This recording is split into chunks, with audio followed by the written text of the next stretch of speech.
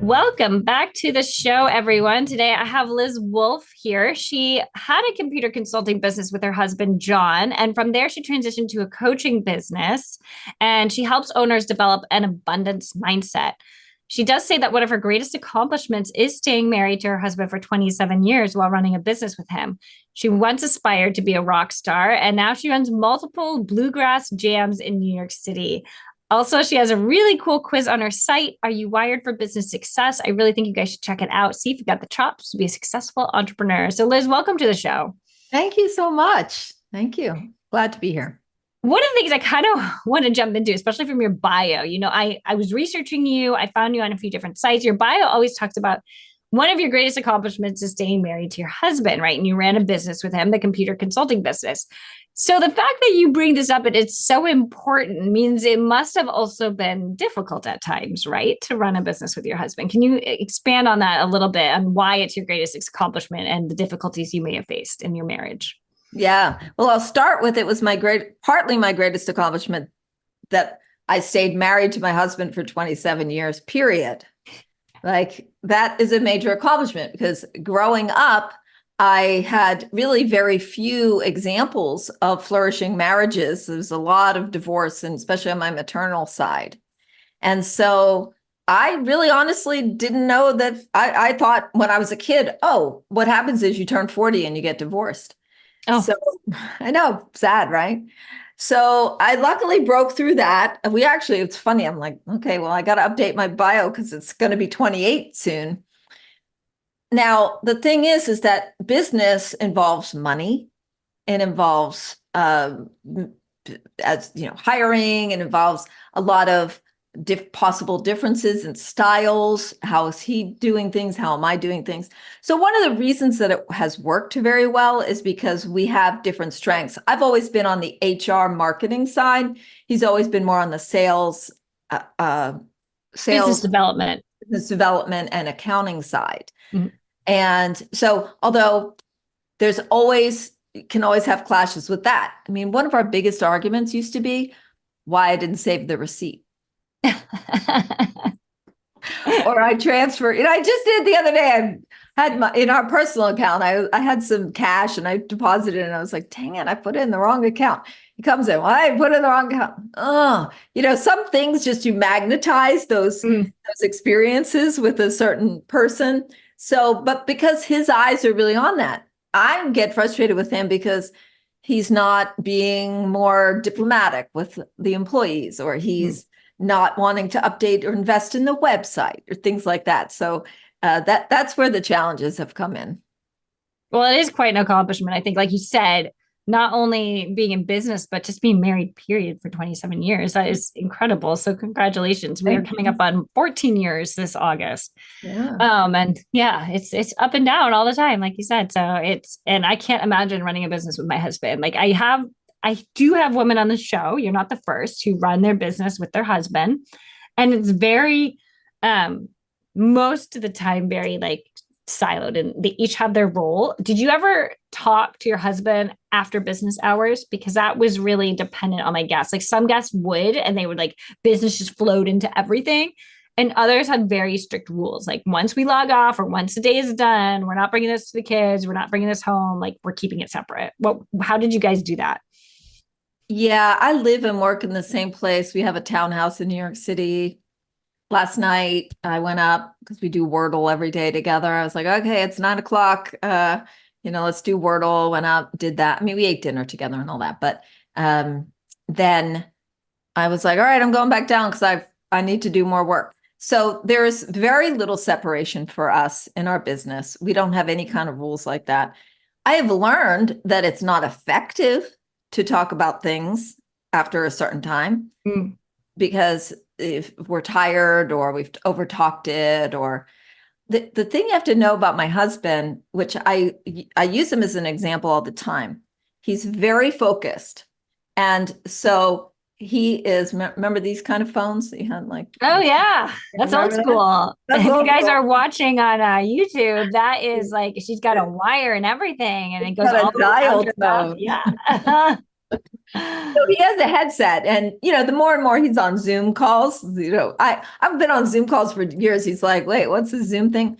So he is a get on the phone, sit down. I'm making calls. It's very old schoolish. So there's really very little time in the day for us to have any kind of conversations because Mm, he is working. He's sitting at his desk. I've always had the desk in the front of the house where the kids are coming in and out. And we did that on purpose because when you come in, it's noisy sometimes with your kids. So he's back there. You don't talk to John during the day unless you really, really need to. So I sort of flow in and out here, and he's very staid right there. So I literally sometimes will write an email to him because we communicate by email a lot. I'll write an email to him, but I'll set it to deliver after 5 because that if I send it to him before that, he's not going to read it. yeah, yeah, These yeah. are the little techniques. So there's not, we don't have clear boundaries, but we also live and work in the same place. And Mm, I've always had an experience of my work is as important to me as my personal life. And I want my work to be so enjoyable that I'm not needing to separate it. Well, trust me, I mhm. spent plenty of time playing music and going and relaxing. It's not like I work all the time. But Yeah. I've never had that drive to separate it that some people have. And I think that's interesting. And I want to dive into that a little bit because there is this, I think, shift post pandemic that people really want to separate it, right? They really want to be like, my life as a business owner or entrepreneur, or whatever, should not bleed into my life with my family or my personal life or whatever it is. So let's look into that a little bit. Like, how do you get rid of this or not get rid of it? But like, what is your mindset that how are you able to change your mindset to be like, I love this. It's totally fine if it bleeds into everything. Because I think a lot of people kind of push back on that nowadays. Well, one thing to remember is that coming from an abundance mindset, you have to ask yourself, why am I working so much? What is it that's causing me to have so much work to do and feeling so overwhelmed? And so if depends on where you are in your business. If you are feeling like if I don't get back down and answer these emails or work on that such and such thing, I'm not going to have a client or I'm not going to bring in enough money next month or whatever that is. So always we're thinking about what is the motivation for the action that I'm doing right now. And for me, part of my motivation to, let's say, doing Wordle, but then coming back down is I don't like to go into the day. Some people get up extra early and like arrange their day in the morning. I like to know that when I turn off my computer in the night, that the next morning when I come in, I've already answered any emails. I've already looked at my schedule for today. I do my planning in the evening. Other people are like, no, I'd rather leave my evening and come in at 6 in the morning or 7 or 8 in the morning. So I have that flow to me. So I do think that it's very important to be clear, to make distinction between one and the other. I know I'm working right now. I think a lot of times people will find themselves, let's say, scrolling social media or something because they kind of need that break. I'd rather just take a break, like go away, take a walk, go have dinner, whatever, and then handle what you need to handle. Mm. Is that answering your question? A little bit, a little bit. But I wanted to backtrack to the abundance mindset that you Mhm. mentioned because you say you help business owners develop an abundance mindset, right? Like that's part of your coaching. So Yes. let's define about abundance mindset and what are the most common ways that you try to help business owners reach that? Well, as I mentioned a moment ago, it's really about making distinctions. So that is what coaching is. If anybody ever asks what is coaching, why would I have business coaching? Because business coaches or any coach of any kind help you to make distinctions, distinctions that you're not aware of because you're living in it. And as a coach, I'm on the outside. So, for instance, when people come to a call with me and they say, I feel like I'm working all the time, so overwhelmed. That's very common. Feeling overwhelmed is very common. So first of all, kind of have to get used to that. But why am I feeling overwhelmed? Well, I'm feeling overwhelmed because of a scarcity mentality called it's never enough. I don't have enough time. I don't have enough money yet. I don't have enough time discipline skills. I don't have enough clients, right? All of these, I don't have enough conversations are driving me to seeing if I can produce ever more, ever more, ever more. And let's face it, at any given day, at any given time of any given day, there's 100 things you could be doing right now. Mhm. There are, I mean, I could sit down and make a list of 100 things that I could do to grow my business. So that's the good news. You have things to do. The downside is, how do you decide what is the most valuable thing that I could be working on right now? So that's why, right, mostly it's sort of a ball of overwhelm. I haven't made any distinctions. I don't know. Is it more important to post on social media, or is it more important for me to follow up with somebody for the 5th time, even though I feel like they're never going to follow up back up with me? Is it more important that I work on my webinar, or is it more important that I get my website updated? Is it I got client work that needs to be done? So how do I distinguish what is important to do? But all of that conversation, that overwhelmed conversation and feeling like not enough in all these areas, it's what's driving that scarcity-based mindset. Mm-hmm. And so then how do you shift them to the abundance? Okay, so shifting to the abundance, there's a variety of things that you could do to that for that. So first of all, recognizing that it is a scarcity-based mindset. So we are conditioned by our culture, especially in America, to think that there's 3 things that are going to help you be successful in your business. For the most part, they are going to be that if you work really hard and you have a disciplined, very disciplined, right? You know, I think of my husband that way, right? He gets on the phone every day. He's been doing that for 27 years. There's never a day that he doesn't have notes for 15 calls that he's made that day. He's very disciplined around that. Okay. Or having good time management. A lot of people think I can't manage my time. Another one that's very common that people think, oh, in order to be successful in my business, I have to have good connections, which means that I need to get to know the right people. I need to get referrals. I need to get out there. And then another one, and this is especially true for women, is I always have to be elevating my credibility in the world.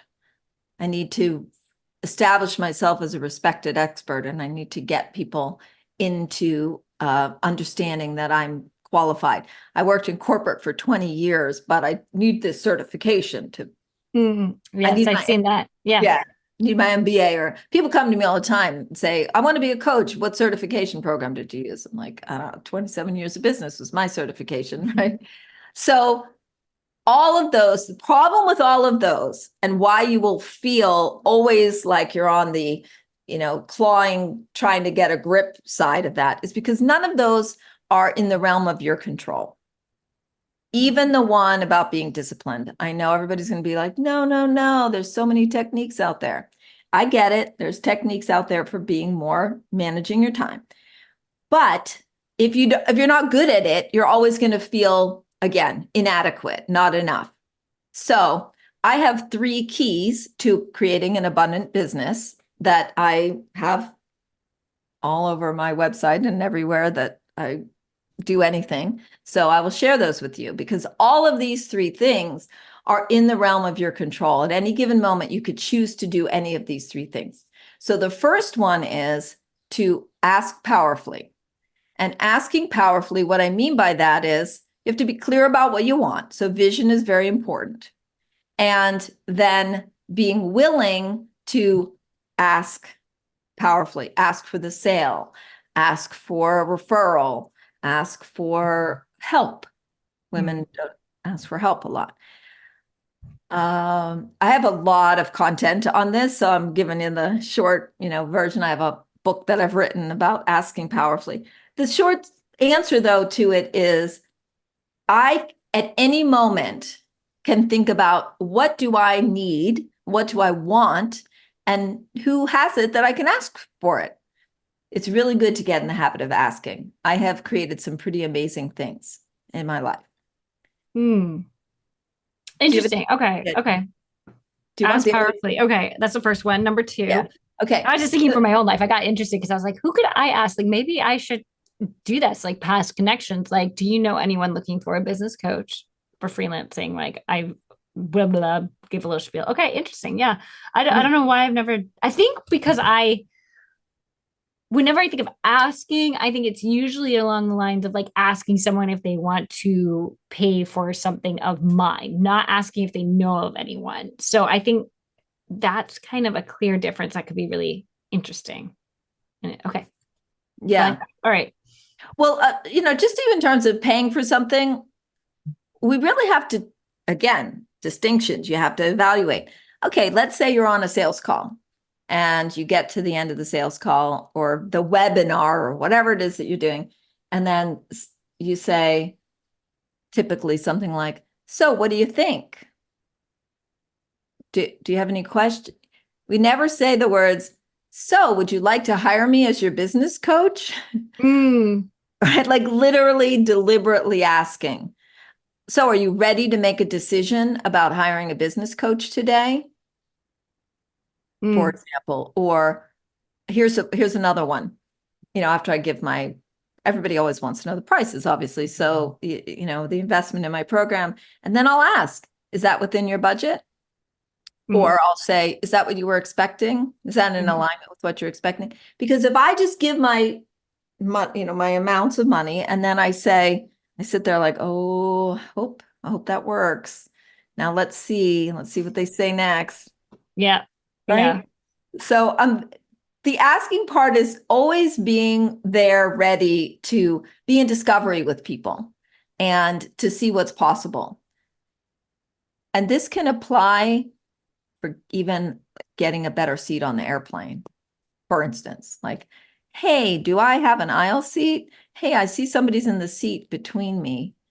Can I sit in another? I mean, it's just, I'm so good at asking because I just always am looking for the thing that might make life better and easier. And I'm parking my car on the street. Hey, would you mind pulling back a little bit so that I can Mm-hmm. fit in like just everything. Mm-hmm. You will create such abundance by being willing to ask. There's a lot of reasons we don't ask. We're Mm-hmm. afraid we're going to look needy or we're going to pushy or like too Right. greedy. Pushy's a big one for me. I'm always like, ooh, like there are some instances where I'm totally okay with being pushy. But I was thinking about the airline one. I would probably be the one that'd be like, oh, I'd rather just suffer here in the middle because I don't want to ask or like I don't, Yeah. yeah. Okay, so number one is ask powerfully. What's number two and three? Okay, so once you ask, if you would just, pop quiz, like what would be the next thing? Most people would say to receive, right? But actually, that's not the second step. The second key, which is actually to give wholeheartedly. So we have all heard about giving money, tithing, or even just volunteering your time and all that. So, for instance, but in a business world, you might say, well, I want referrals. So I'm going to ask people for referrals. But while I'm doing that, I'm going to be thinking about who can I refer this person to? Who could I refer for that person? It's like a So two-way street. yeah. Um, and that's not because I'm trying to manipulate it. It's because of this. Let's say, if we just look at it sort of existentially, we need more referrals in the world. Well, I would like more referrals, but in general, we need more referrals in the world. We want lots of people referring lots of people to lots of people. So by referring someone, I've now created exactly the same thing that I want. Mm-hmm. It's the same energy. It's the Mm-hmm. same like referrals. Oh. So Yeah. now there's a space for referrals to come to me, for Mm-hmm. example. Same is true of money. The same is true of time. The same is true of relationship. So if I said to you, Kira, you said you want more love in your life, go be more loving. You would say, yeah, that's I could see that would work. That's a good tactic. Let me be more loving to other people and I'll probably experience more. Like that's something we understand. But to say money, well, if I don't have any money, how can I contribute money? Nobody says it in that tone of voice, of course, but those types of things. There's a lot of ways that you can get, and this is about once you've asked for what you want, that you're creating more of what it is that you want in the world. Okay. So what's number 3? So number 3 is receive graciously. And now is where you be ready to receive. So what's an example of not receiving graciously, especially if you've asked for it? oh, yeah, well, we all want approval from people. I mean, I don't think that's a big mystery. But the minute somebody says to you, wow, you look great, I love that, whatever, we're very deflective. We all say we want more abundance in our lives. Wouldn't it be great if I had, gifts sound so wonderful. But yet, when we have a birthday party, we explicitly say on the invitation, no gifts. This Nice. just happened, actually. A good friend of mine had an anniversary party, and she was very clear, no gifts. And people showed up with gifts anyway. Because no one wants to go to a birthday party and not bring a thing. I know. Yes. Right? Oh my God. So isn't that interesting how by not receiving, we're actually blocking the flow of abundance? Mm-hmm. Because we think we're being kind to let people know, don't feel obligated. But in reality, what you're doing is you're stopping the flow. You're saying people are going to come and they're going to want to bring me gifts. And I'm going to say no. Mm-hmm. And so I brought a bottle of wine because I was raised or whatever, you don't show up empty handed and can always use a bottle of wine, right? I'm not buying you like a sweater or something. And she's a wonderful friend and I love her and we could laugh about this. When I said, hey, here's the wine and a little thing, she's like, no gifts. So it was uncomfortable to receive that. And I understand because I didn't heed her word. I should have shown up with no gift, but that felt really not pleasant. Like, that's not what you do. You show up with a bottle of wine. So there are many, many ways. And one of the ways that we don't receive, that would be like a no blocking type of thing. But another way that we receive is conditionally. So we evaluate, well, do I want that? I don't know. We do this with relationship. We even do it with our clients. We're receiving conditionally. So receiving money is a good example. There are some people who are fine to take money from clients, but if somebody offers them money for gas, they feel very uncomfortable for that. So there are ways in which we're very conditional, and as a result, it's not a gracious experience. Gracious being a space of gratitude. That's where we're coming from is thank you. Practice saying thank you, and life will feel easier for you. That was very helpful and intensive. Thank you. I think our listeners got a lot from that. I want to shift a little bit to talking about something that you actually brought up, which was time management and the techniques of time management.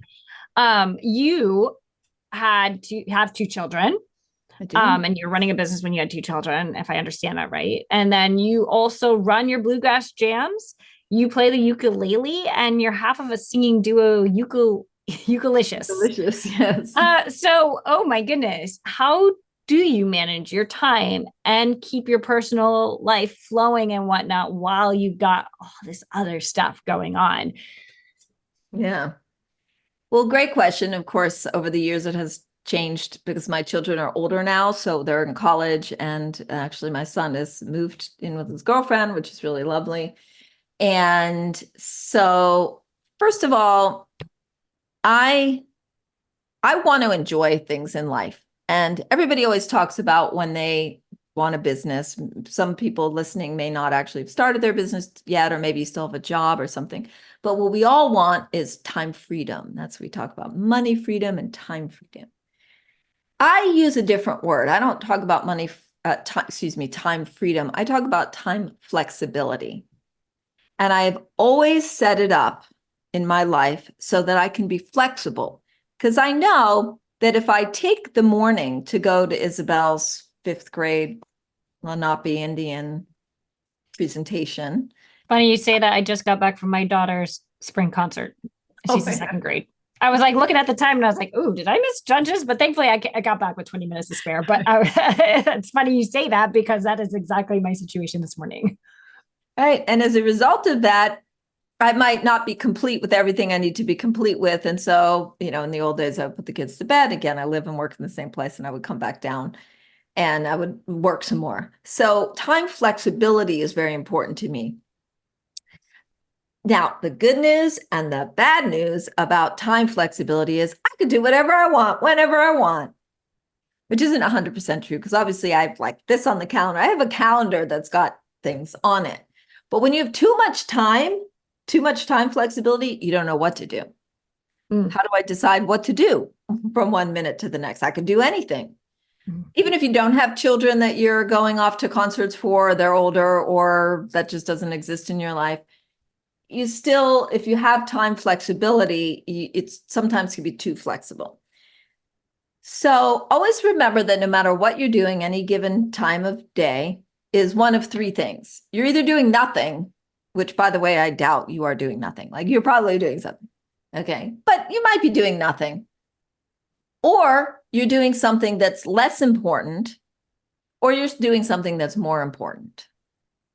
You're always doing one of those three things. So even on the most basic level, time management wise, if you asked yourself the question, again, I'm going to assume that you're not doing nothing like I should be working today, but I'm sitting on the couch watching TV. Well, I mean, you'd be surprised because doing nothing to me, sometimes it's like when people scroll on social media for like, and then they're like, oh my gosh, an hour and a half has gone by. That's doing nothing. That's true. So like in this that's not day and even less age of important. like the internet and like the distractions that it provides people, it can be very doing nothing. Yeah. I always like to say during the pandemic when people are like, oh, I'm so bored. And I would say to myself, do you not have a closet to clean out? Like I have so many, like if I'm not doing this or something, I would have a closet to clean out. So again, I mean, that sounds a little critical of people. I don't mean it that way. I just mean it's amazing to me that someone would feel this void of not having anything to do. So the pandemic is boring for other reasons too. Okay, so yeah, you might be doing nothing. So am I doing something less, even less important or more important right now?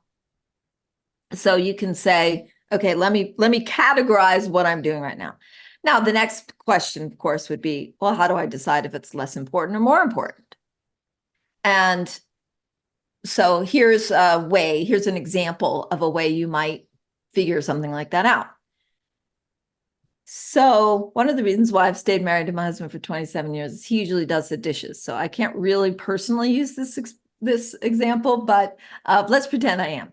So let's say I have a webinar that's on Friday, and I know I want to prepare for the webinar. I know I want to do the slides, and I got to get my outline and everything. And I just had dinner, and there's a sink full of dishes. And your husband's not home. My husband's not home, let's just say. And I grew up in an Italian household, and you don't go to bed with dishes. You don't leave dirty dishes.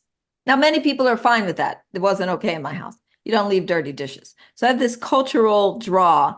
Okay, well, I could spend the next 45 minutes cleaning up the kitchen and then being too tired to do my webinar stuff.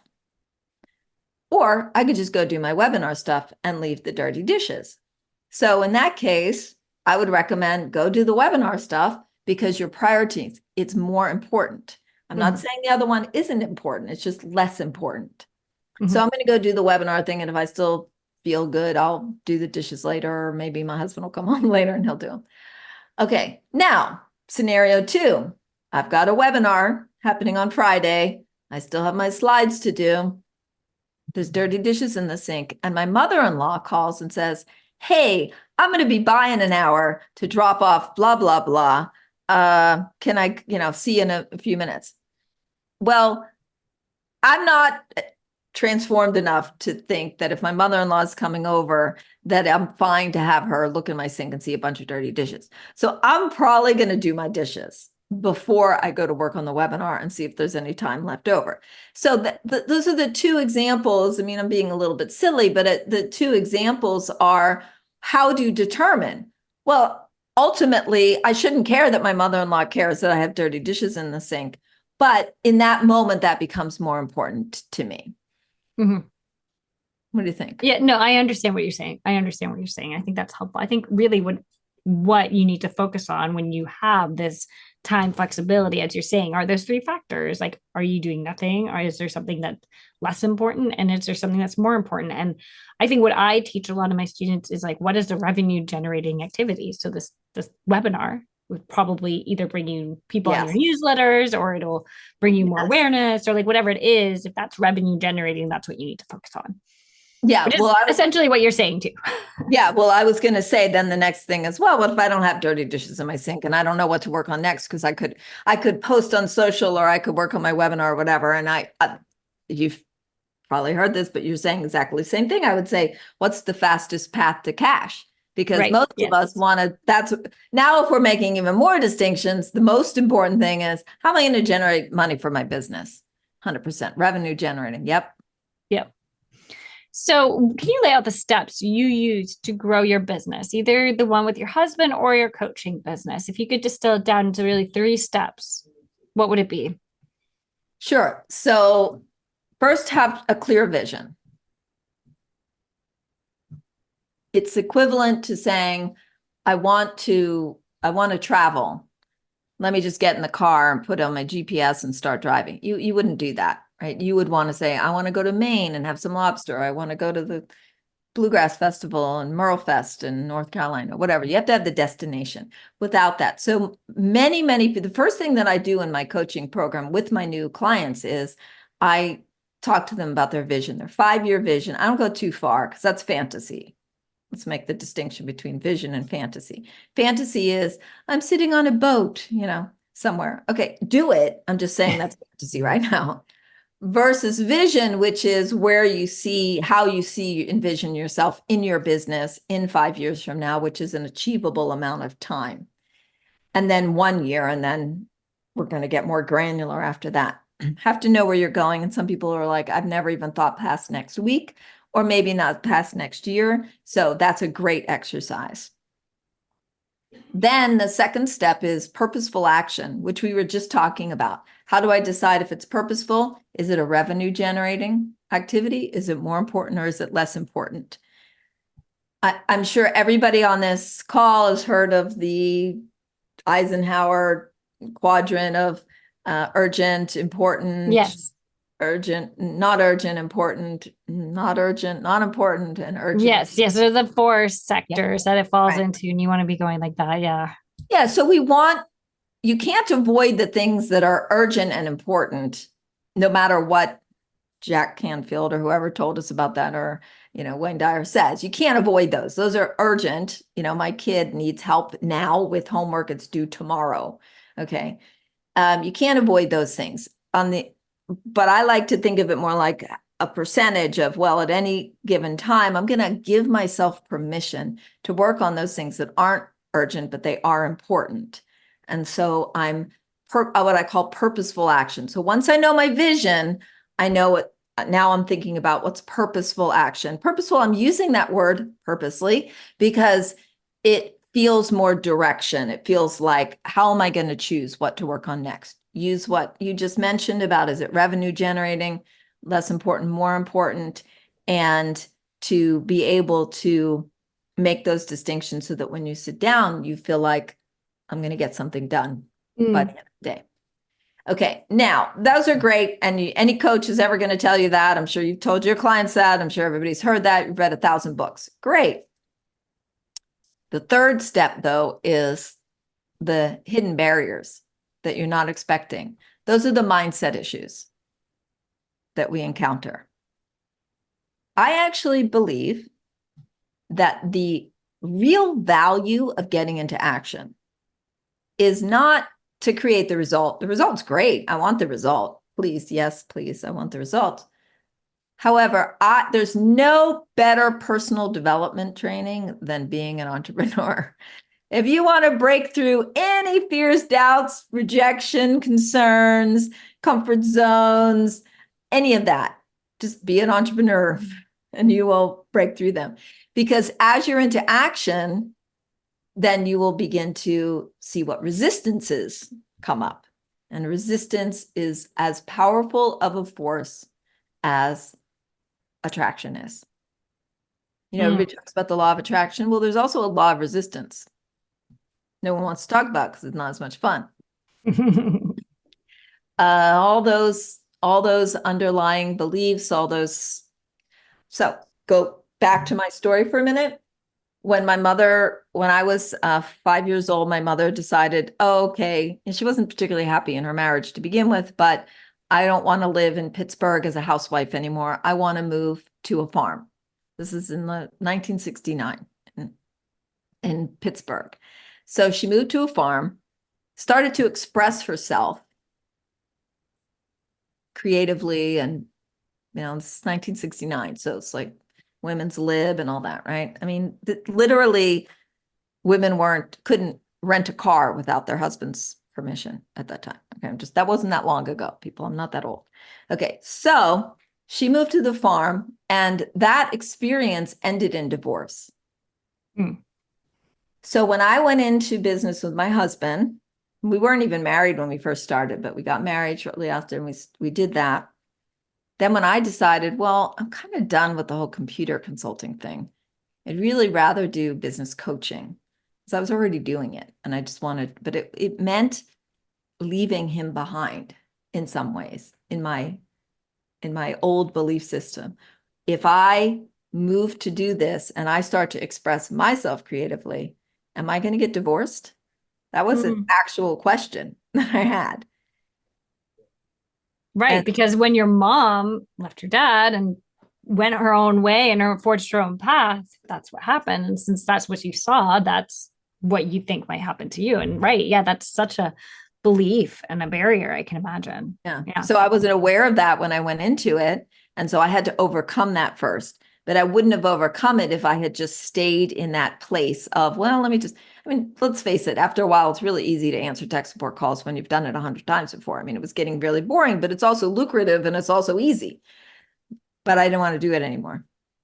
But there was a definite transition time. But so I had to be as careful in my marriage about that as I would be as taking care of myself. So those are the hidden barriers, and that's where a coach will really help you. I'm sure, again, that you've done that many times, helping to reveal for people, well, what like is the mindset issues that you need to work on them with. Like for me, it's a lot of these people are still stuck in this very corporate mentality and they can't get out of it. They're trying to be an employee, not sorry, they're trying not to be an employee anymore. And they're trying to like build this flexible lifestyle, but their mentality, there's something about it, like a lot of these people like respond to things right away. They hate like that they need to continually work because they feel like someone's watching them. And I'm like, no, we got to separate from that, right? Like you make the rules, you're the one that decides when you're going to get back to these people. And if you want to get back to them right away, great, but make sure that you're charging a very high fee for that if that's what they demand. And it's just like working with that and separating them and being like, and I know because I came from a corporate background, like in the beginning, you're just like work all the time because that's what you know. So yeah, I get it. It's like it's different mindset issues. You've talked a little bit off air with me about your team. What are some mistakes and challenges you've had when hiring? Okay, well, you may have heard it: hire slow, fire fast. Yes, I have heard that one many times. Yeah. Hire slow, fire fast. It never fails you.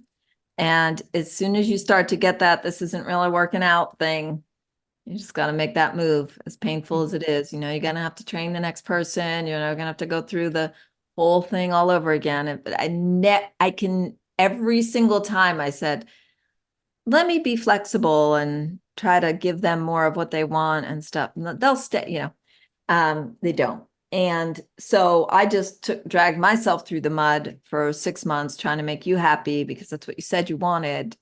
Ironically, giving people more money does not necessarily make them happier. It really doesn't. No, they end up leaving anyway, or at least from corporate. I remember that because I worked very closely with C-level people, and I remember there would be all these discussions. Do we give that person the more money? And they inevitably would. And then within a year, maybe two max, the person would peace out. Because if there's that underlying unhappiness, nothing is going to get rid of that. Right. Yeah. They're going to leave. Hire slow, fire fast. Very true. Yeah. What about in general, growing your business? What are some of the biggest mistakes you think you've made and how did you learn from them? Well, I think one mistake is always trying to do things you're really not good at.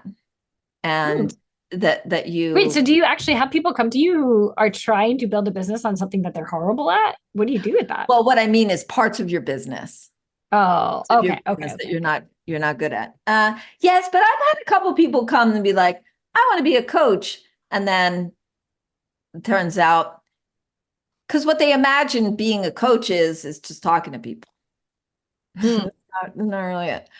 And I don't just mean being qualified to be a coach. I mean, to run your business, you have to be willing to sell people the services that you're offering. Here's an example of a client that I had.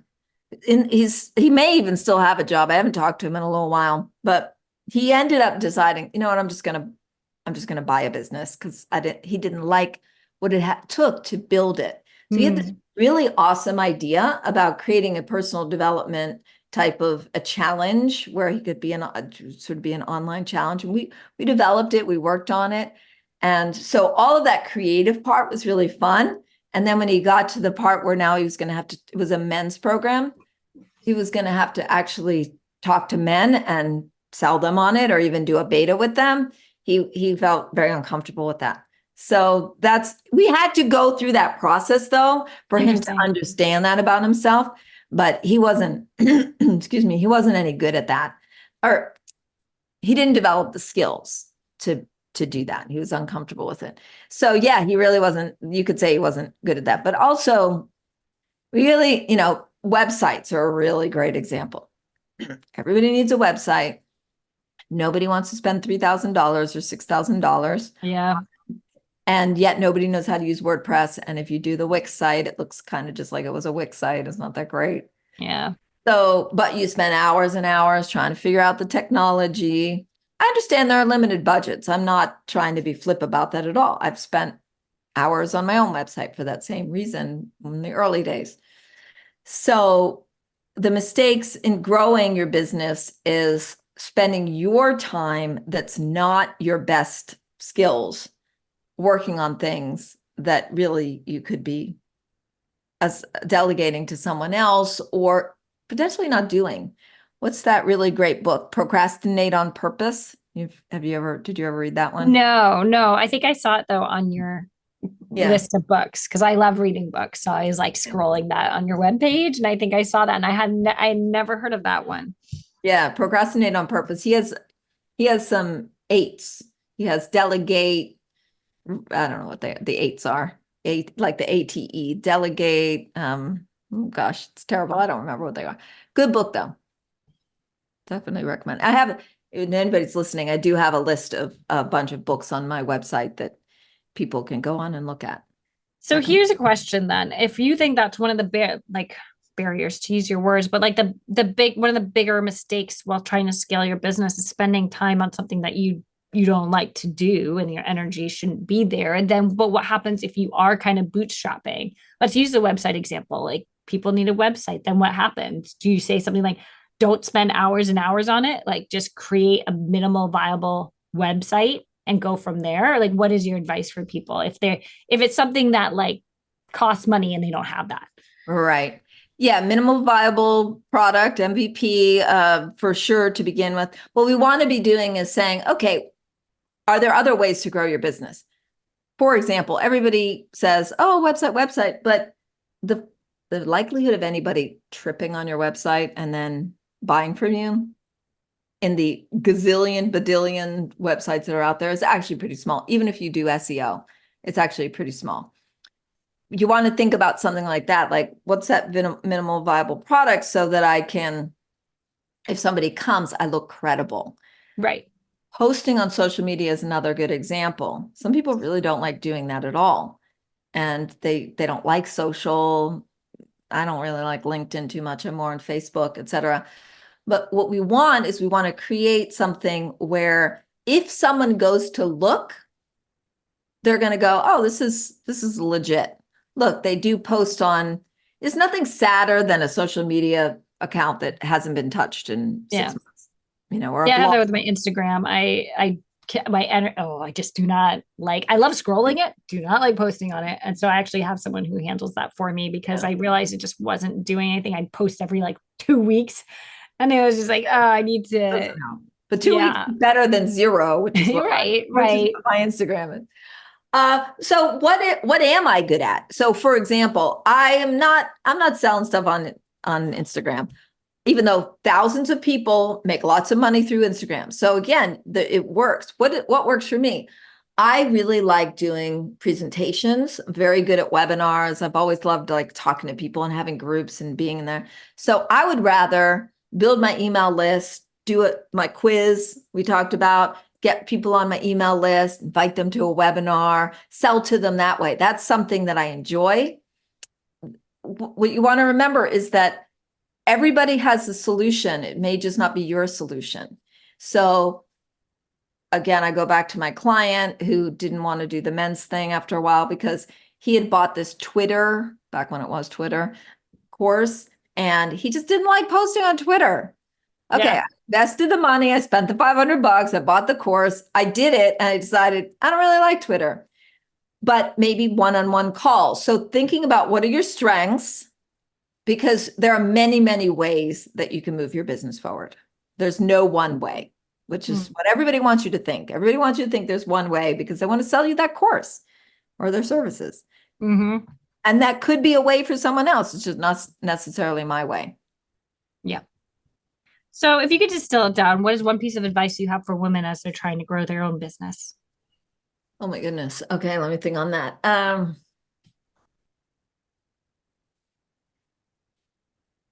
You're in this particular case, if we're specifically talking to women, I would say, I just want you to know you're already credible enough.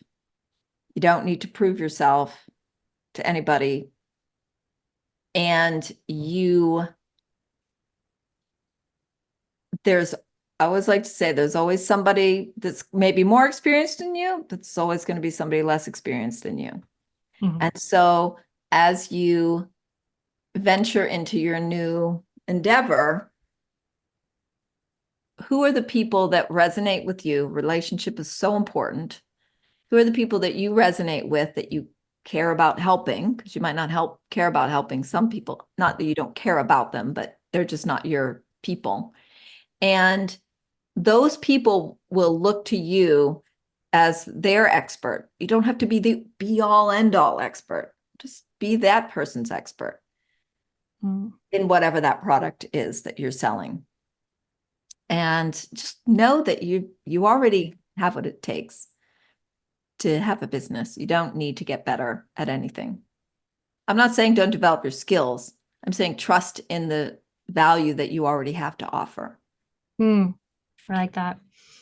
So where can we find you? If someone wants to connect with you, a woman wants to connect with you and learn more from you, maybe get coaching from you, please share where we can connect with you. And we'll put that in our show notes as well.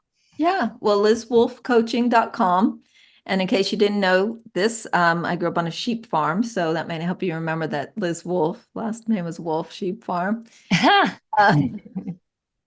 We used to have t-shirts that said, Wolf's the name, sheep's the game. It was cute. I wish I had one of those still. But it's Wolfe with an E, Liz Wolfe, WOLFE, coaching.com. If you go on there, you'll get a pop-up to do the quiz. Do the quiz. It'll tell you what your leadership style is as a CEO, what your strengths are, and perhaps areas of development. It's a fun little quiz, 10 questions. And then, of course, you can always go to my website and sign up for a free business strategy session. I'm very happy to talk to people about their business. Wonderful. Thank you. So what is one philosophy, mantra, or quote you try to run your business by? The quote, the abundance mantra that I use is, there's plenty for everyone, including me. I would always say to myself when I started my first business was there are plenty of fish in the sea. And that changed my mindset entirely, right? Because I started in a competitive industry and I was like, oh, I'm never going to find a client. I'm never. And then one day I was like, wait a minute, the whole world's my client. Like I'm running an internet-based like business. Almost the whole world's my client. There's plenty of fish in the sea. I'm sure I'll figure this out. And that like totally was a shift for me, like complete shift. Because it's true. Like there are plenty There's 8 billion people, right? Sometimes I live in New York City. So sometimes when I'm on the subway, I just look at the massive amount of people that there are just in one car alone. You know, we're all scrunched up together. And I think, what if all these people right now were all on the train to go to my seminar? Yeah. I just imagine it because I can. But if you ever really want to get a sense of just how many people that there are that are ready, willing, and available to buy your product, just go someplace really crowded and just look at these 300 people, at the 50,000 people in this stadium. If you're watching a baseball game or something, like look at those 50,000 people. You're telling me there's nobody in there that would want to buy your product? Yeah. Yep. Definitely is. Yeah. Yeah. Well, Liz, thank you so much for sharing your knowledge and joining me in this interview. And if you're part of our audience and you also liked this interview, please share it with a friend. Until next time, you can find me on LinkedIn or you can tag me on Instagram at Akiri Mohan. So thank you again, Liz. Appreciate it. Thank you. Thanks for having me on.